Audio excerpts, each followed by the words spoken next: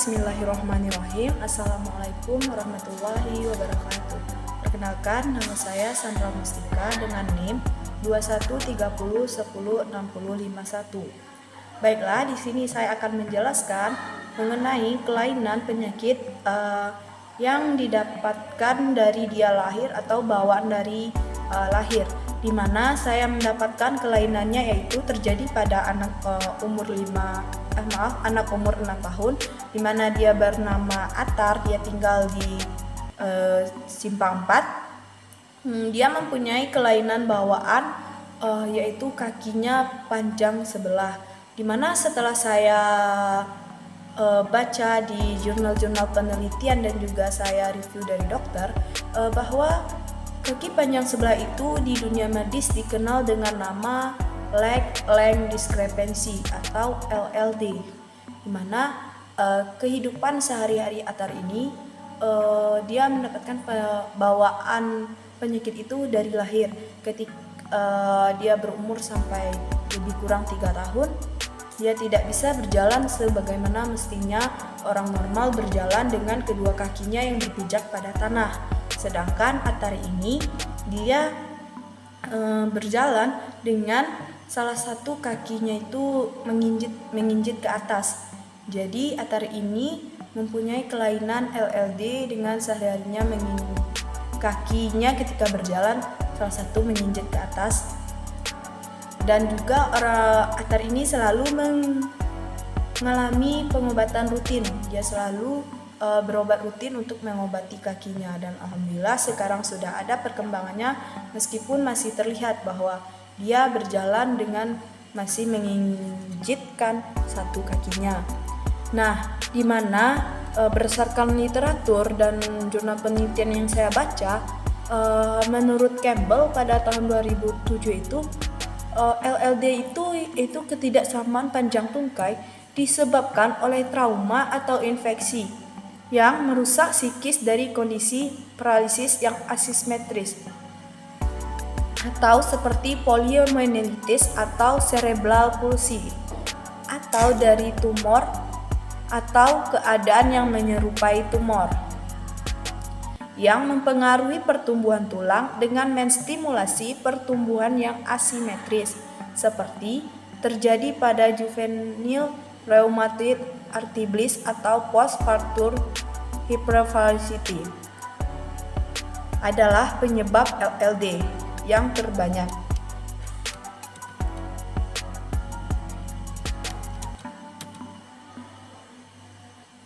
LLD disebabkan oleh dua tipe proses. Yang pertama yaitu ada karena dia itu berubah panjang kakinya langsung, dan proses kedua karena proses pertumbuhan. Nah, pertumbuhan dari psikis dapat melambat karena 3 mekanisme. Yang pertama, congenital short bonus tumbuh lebih lambat atau yang dibandingkan dengan yang normal, dikarenakan program yang normal dari mekanisme genetic growth rule. Kedua, yaitu ada growth plate, yaitu dia di mana dapat mengalami injury sehingga sebagian atau seluruh dari tulang itu tidak dapat tumbuh. Yang ketiga, perubahan lingkungan yang terjadi pada growth plate dapat juga menyebabkan gangguan pada pertumbuhan. Nah, adapun beberapa penyebab LLD yang lain, salah satunya yaitu adanya paralisis, yaitu hambatan dari pertumbuhan seiring berhubungan dengan kelemahan atau paralisis dari kaki, tetapi mekanisme inhibisi masih belum jelas. Kemungkinan terjadi penurunan aliran darah dikarenakan berkurangnya massa otot, namun tidak berarti aliran ke fisis juga berkurang. Di sini venous return yang sebagian berasal dari aktivitas otot, sehingga penurunan aktivitas otot dan penurunan dari efek pumping dapat menurunkan aliran kepada ekstremitas dan kemungkinan juga pada psikis. Seperti pada kasus cerebral palsy, perbedaan panjang kaki dapat diatasi dengan stimulasi fisis untuk tumbuh sesuai dengan Hawthorne-Falkman. Lalu selanjutnya penyebabnya yaitu ada, saya baca, avascular necrosis. Nah, avascular necrosis ini karena sirkulasi dari psikis tadi berasal dari sirkulasi episel, avascular necrosis dari episis sering melibatkan growth plates sehingga menyebabkan LLD.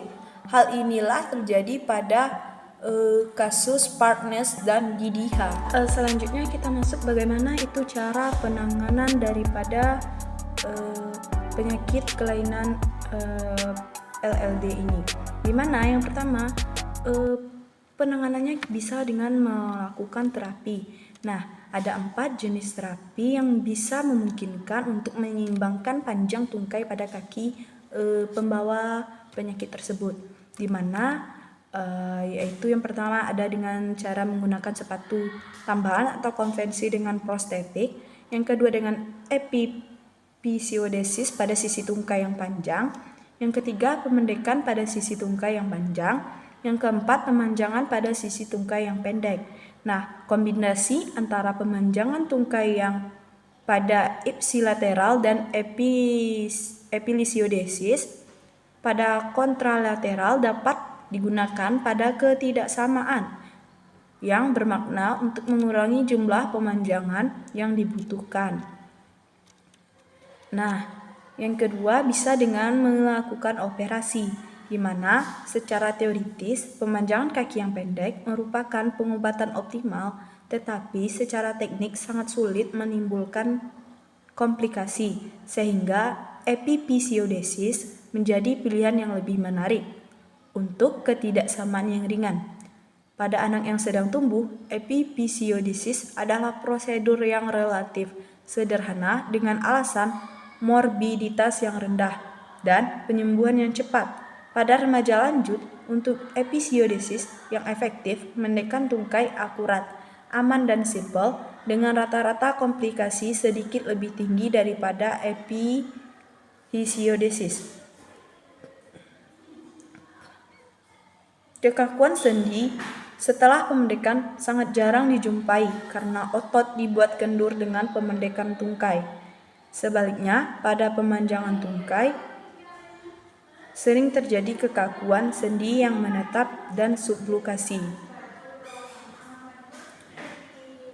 Adapun pemendekan ini sangatlah memiliki beberapa kerugian, seperti tungkai normalnya menjalani operasi lebih banyak dibandingkan tungkai yang sakit. Dan jika ada kelainan pada tungkai yang pendek, dibutuhkan operasi kedua untuk mengoreksi kelainan tersebut.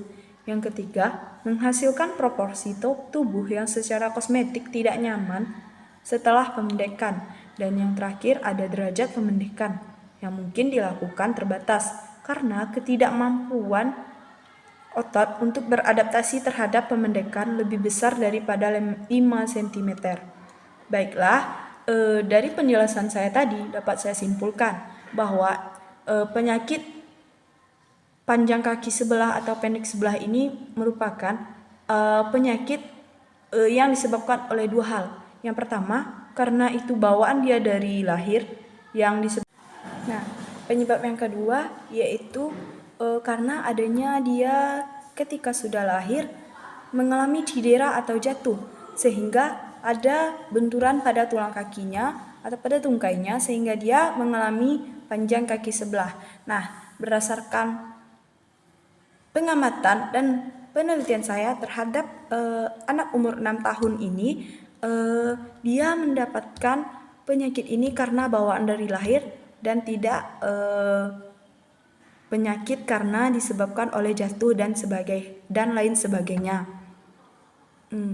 Mungkin itulah penjelasan saya mengenai presentasi mengenai kelainan yang saya dapatkan yaitu LLD. Saya mohon maaf apabila ada kesalahan dalam penyampaian kata dan juga terima kasih atas perhatiannya. Saya ucapkan wassalamualaikum warahmatullahi wabarakatuh.